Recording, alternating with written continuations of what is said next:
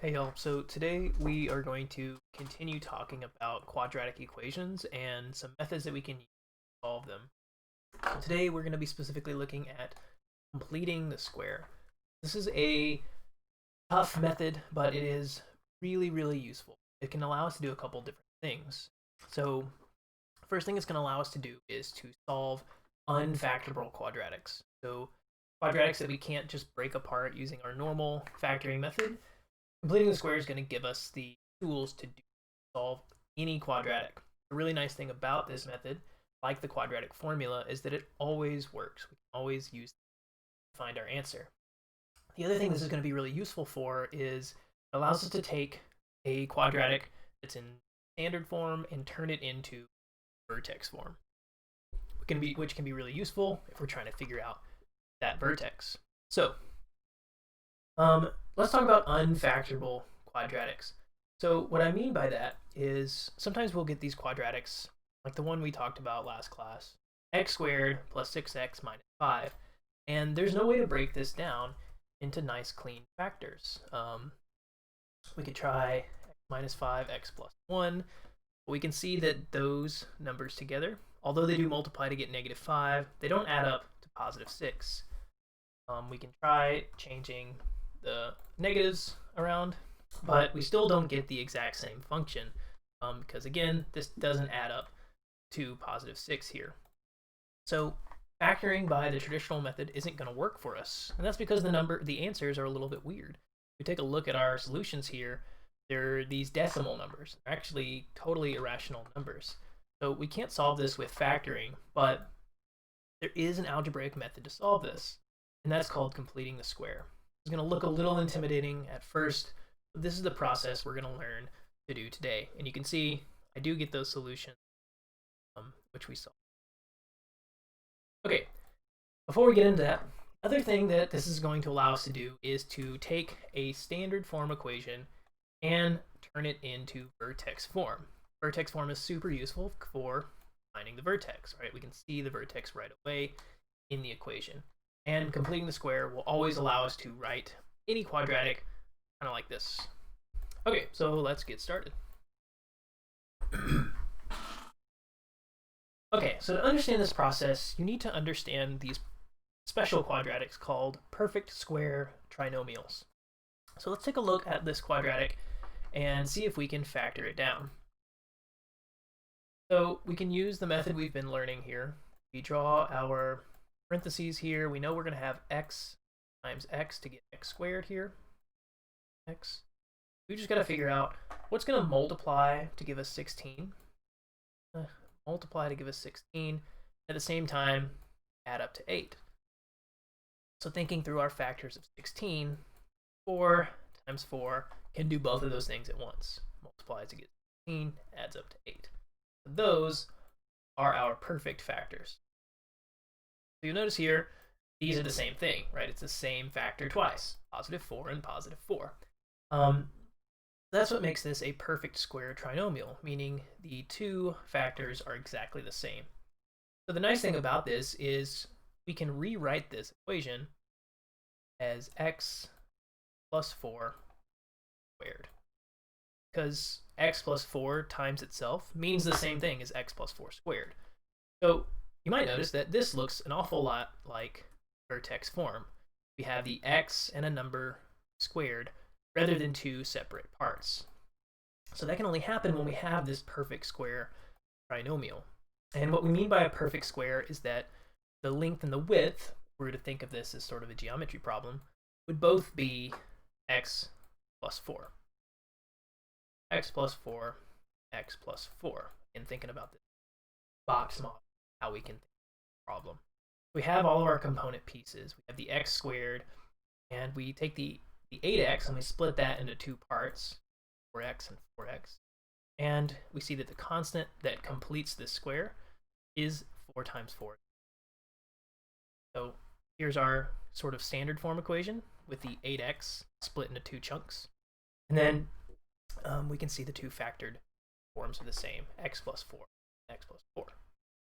So, like I said, this is our vertex form. So if I were to look at this graph, x squared plus 8x plus then I would see the vertex at -4, 0. H, -4, and then there's a +0 here, not shown. Okay. Okay, so what about when this doesn't happen? What about when we don't have a perfect square trinomial? Well, we can kind of force it.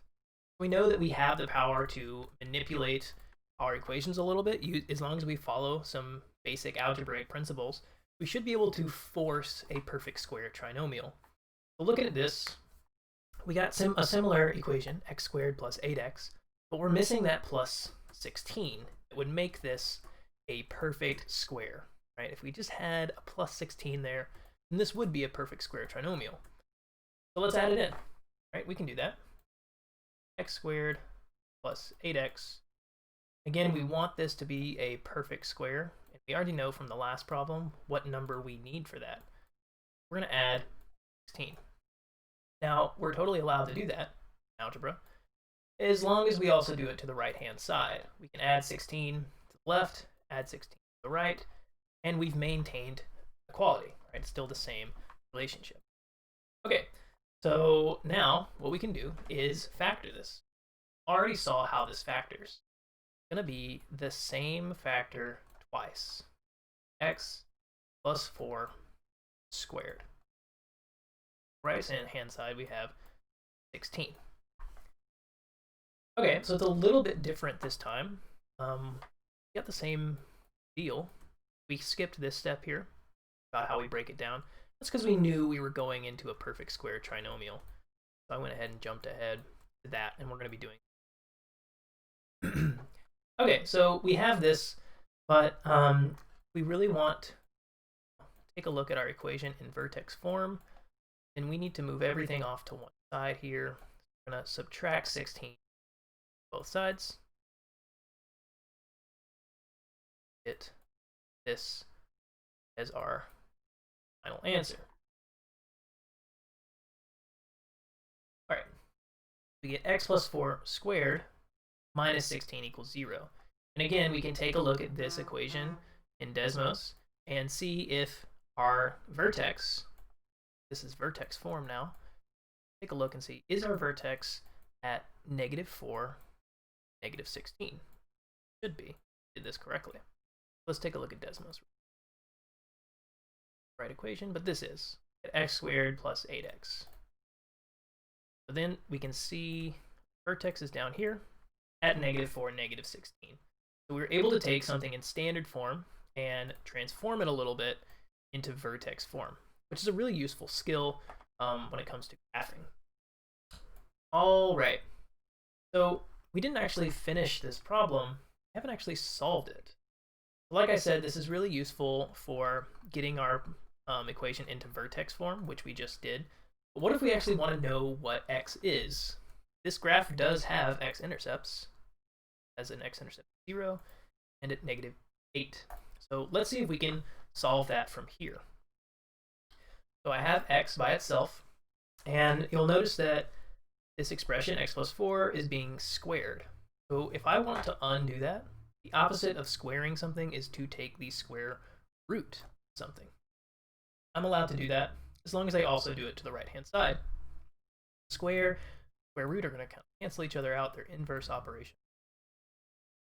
And then over here, I've got the square root of 16. So you probably know what the square root of 16 is. 4 times 4 is 16. But you also need to remember that -4 times -4 is 16. This symbol right here, we haven't used this yet. That's called a plus minus. And it's just a lazy way for us to write 4 and -4. Right, that's all it means. But instead of having to write this out twice, we just write plus minus. It could be positive or negative. Okay, so x plus 4 is equal to either 4 or -4. What I like to do when I have a plus minus is I like to split it into my two parts. So I have x plus 4 could be +4, or x plus 4 could be -4. And then each of these is very simple to solve. Subtract 4 from both sides, we get x is 0. Checks out with what we saw in Desmos. Subtract 4 from both sides, we get x equals. Again, those were the two x-intercepts, solutions that we saw on the graph. All right, so not only does completing the square allow us to rewrite a function in vertex form, but it also allows us to solve no matter what x is. X's came out to really nice numbers here. That's not always true. Sometimes we won't get a nice clean square root. Sometimes we'll get the square root of 15, which is not a clean number. Later on in the year, we'll even get square root of negative numbers, and we'll have to deal with imaginary numbers. Okay, now let's take a look at a problem where we want to complete the square. We don't know what number goes here. We kind of cheated on the last one because we already knew it was going to be 16 because we kind of already saw that going on over here. Let's see if we can kind of figure out what number needs to be added in order for us to complete the square. So this is not a super complicated process if we can visualize it. That's why I'm going to include the box method again. So I've got to add some perfect number right here. That's going to make this a perfect square trinomial. So the key to this is to think about what b is and split it right in half. Before we had 8x, so we split that into 4x and 4x. We're going to do the same thing here. We know our factor is going to be x something to get the x squared part. And then this 10x, I'm just going to cut it right in half. We get 5x and 5x. Okay, that means my factors are going to be x plus 5 times itself, x plus 5 squared. So what's the magic number that I need to add in order to complete this square? Well, it's whatever 5 times 5 is, 25. Only we had a 25 right here, we'd have a perfect square trinomial that we could rewrite using this method. Now, we are allowed to just force that to happen. We can add 25 whenever we want, as long as we also do that on the right-hand side. All right, so we found the number we need, 25 in this case. And if you don't want to draw the visual every time, I just like this because it kind of really shows where it's coming from and gives meaning to the name complete. But you'll notice that it's always just whatever half of this is squared. Half of 10 is 5. 5 squared is 25. So little. All right, so when we do that, we should be able to write our equation in this form. Be some factor times itself. We already saw from our box over here, it's going to be x plus 5 times itself. Again, it's always going to be whatever half of b. All right, so we have our problem kind of rewritten here. Now we should be able to solve for x. Okay, x plus 5 squared is equal to 25. So I want to get rid of this squared. In order to do that, we're going to take square root, squared, cancel out, x plus 5 is equal to the square root of 25. So 5 times 5 is 25, but also negative 5 times negative 5, 5. We have two options again. Anytime we take a square root, we should add a plus minus. Could be 5 by 5 or negative 5 by negative 5. All right, we're almost done here. We just need to solve these two little situations here. X plus 5 could be 5. Positive version. That means x is 0. There's our first root. Over here, we said x plus 5 could be negative 5. All right, so if we subtract 5 from both sides, we get our two solutions, our two x-intercepts, are going to happen at 0 and negative 10. All right, let's turn this up just a notch.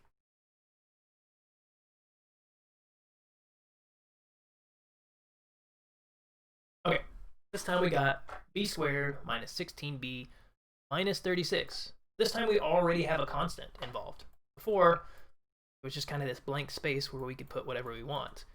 So we can still solve this and often you will have a constant included, and what we need to do is just kind of shove it out of the way. So start this problem, I'm going to just move this number out the way.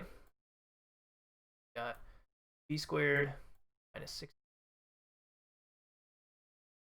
Nothing left here, but I'm going to leave a little space because I know when I need to add the perfect number to the square.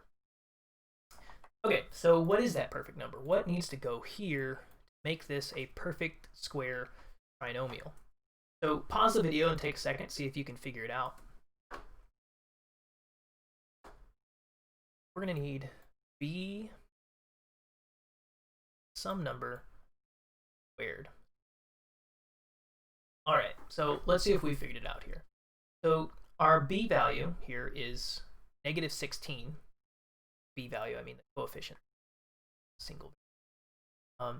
It's negative 16, so I'm going to cut that in half. Minus 8 factor, and if I square negative 8, I get positive 64. Positive 64 is the perfect number to add in order to complete the square. Again, I'm allowed to add 64 as long as I also do that to the right-hand side. Cool. So we can visualize this as completing the square again. Add b and b gives us b squared. And then we had negative 16b, which we needed to split into two pieces. Split that in half, we get 8b, 8b. Shows us factor b minus 8. Negative 8 times negative 8, 64 is the number that comes. Cool, so again, that's the visual kind of thinking through how we knew what number to add. All right, let's see if we can finish this problem out. 36 and 64 would be 100. So now we should be able to solve for b. We have a squared here. We want to get rid of that with a square root. I'm going to take the root of both sides. b minus 8 equals 10, or maybe negative 10. Always have plus or minus when we take the square root. Okie dokie, so b minus 8 could be equal to 10, or b minus 8 be equal to negative 10. Different intercepts we're going to be finding here. Sorry about that. Okay, so if we add 8 to both sides here, we get b is 18. And if we add 8, the other one over here, get b is negative 2. So there's our two solutions, our two x-intercepts. All right, so let's do one more, two more? Two more. Okay, one more that's kind of like this one, but it's going to get a little more challenging just because we'll have to deal with some fractions. And then the very last problem we're going to do is definitely where it starts to get real tricky. Okay, so right away, I don't have to complete the square on this. I can factor this. Can't I? K minus 8, k minus 1. Squared minus k minus 8k, that's right. Negative 8 times negative 1 is positive 8. All right, cool. So we don't even need to complete the square. We can just factor this. This is a bad example, but I'm going to go through it anyway. But we already have our answers. K equals 8. But just for funsies, let's see if we can break this down using completing the square. And we'll see if we end up in the same place. Okay, so to complete the square here, first we want to take our constant and shove it out of the way. K squared minus 9k. And by shove it out of the way, what I really mean is subtract 8 both sides. Okay, so I got my 8 over on the right now, and since I moved it, it's a negative 8. Okay, and now I'm missing my constant that would make this the perfect square trinomial. This one's going to be a little harder because 9 doesn't split in half in a really fun way. Square, but it ought. Okay, so we got our k squared. We know that part already. We're going to have a Okay, but then I'm going to take 9k and cut that in half. So what's half of 9? Well, it's 9 halves. Think of it as 4.5. Allergic to fractions? That's not okay. But anyway, so 9 halves is going to be our perfect half that's going to make this work. And this is going to present some issues. So first of all, we're dealing with some ugly stuff. But not only that, we're going to have to square 9 halves. Oops. These should both be negative since we have -9. -9 cut in half is -9. So what is 9 halves times 9 halves? Both negative, so it's going to come out positive. Well, we just multiply straight across, right? So 9 times 9 is 81. Color code. 1. 2 times 2 is 4. 81/4. Perfect number. Add. So, like I said, completing the square always works, even when the numbers are kind of nasty. So here, we do have a solution. We still get to the answer. It's just a little bit uglier. Okie dokie. So let's see if we can finish solving this. So we have this factor down, k minus 9 equals -8 plus 81/4. Okay, well, let's combine these numbers over here. I'm going to rethink this. -8, -32/4. 1/4, just kind of fraction problem over. Cool, so 81 minus 32, subtract 30, that'd be 51, minus 2 more would be.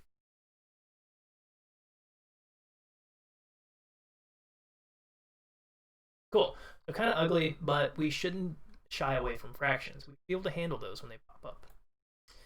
Okay, so I combined -8 and 81/4 is 49/4. Now I need to solve. So again, I have this is being squared, so I take the root of both sides. Got k minus 9/2 equals the square root of 49/4. And actually, this isn't so bad. So when I take the square root of a fraction, square root of a over b, then I can think of this as the square root of a over the square root of b. I can just take the root of the top and the bottom separately. The square root of 49 is 7. Really, it's plus or minus 7. The square root of 4 is 2. And again, positive and negative, but we've already kind of taken care of that with our plus. Okay, we can do this. Hopefully I didn't cover. In case I did. Okay, so let's solve. Again, we can split this into the two possibilities. A minus 9 halves could be positive 7, or a minus 9 halves could be negative.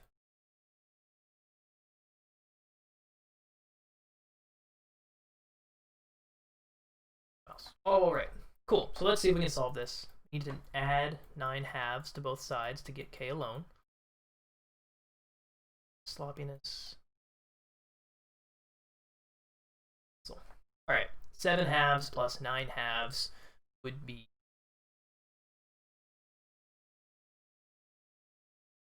7 plus 9 would be 16 halves. So k is 8. Right, 16 is 8. Over here we got, and we're going to add 9 halves to both sides.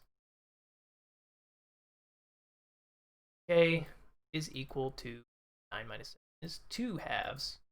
Well, 2 halves is 1 whole. So, although it was a really ugly process, right? Although we had some nasty stuff happening with all these fractions, it came out to really nice clean numbers, 8 and 1. And verify does the same thing we got when we factored. So this isn't a perfect example because there's no need to complete the square here because we can just break this down with factoring and that's much easier. But this completing the square method will work even when we have a non-factorable quadratic. So bad example, but we still got through it.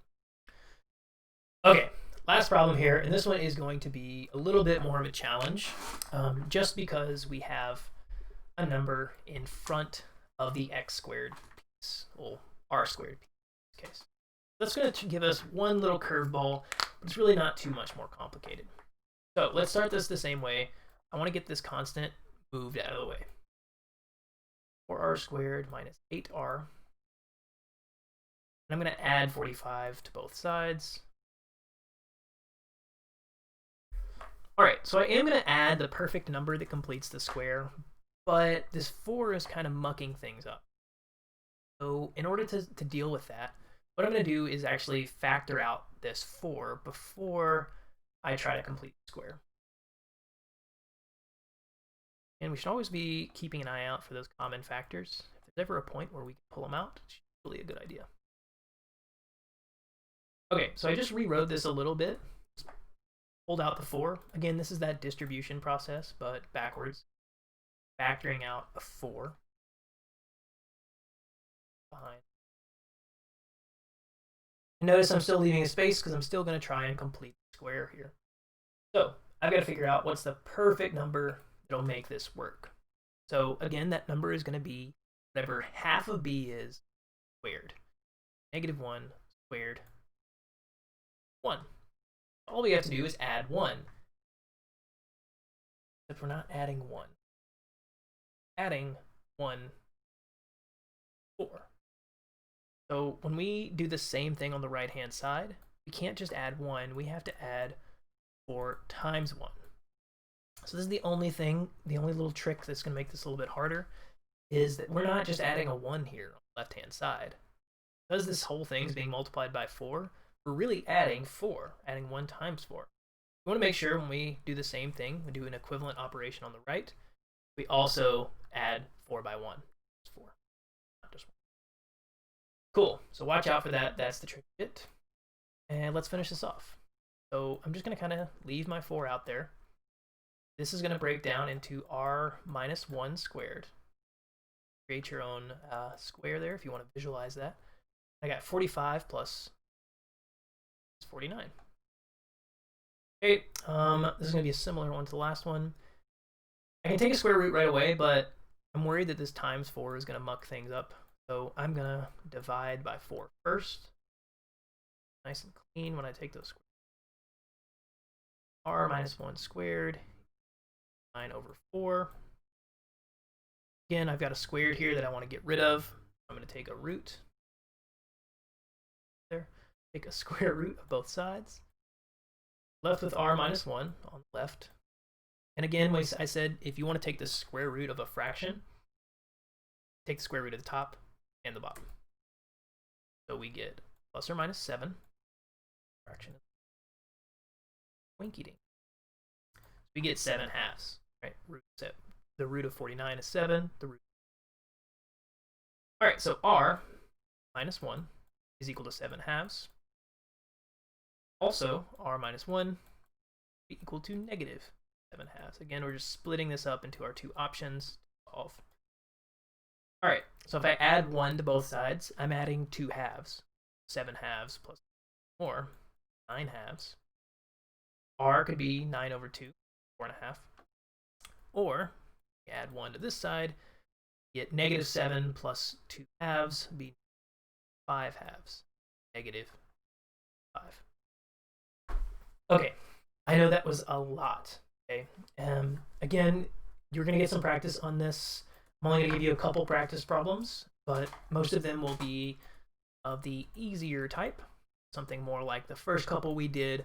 But it'd be nice if you can slowly work up to these more challenging problems where we have to work with fractions or take out a common factor first. These can definitely be a really difficult type of problem. But the basic idea is really simple. We take the b value, we cut it in half, right? Make the same factor twice, x plus 5 in this. We should have to figure out what perfect constant do we need to add, perfect number do we need to add to make this a perfect square trinomial. And our goal is to get the perfect type of quadratic that breaks down into two factors that are exactly the same, so that we can write it like this, which is solvable using square roots. Cool. Thanks for watching, guys, and good luck on your practice problems. Reach out if you have any questions.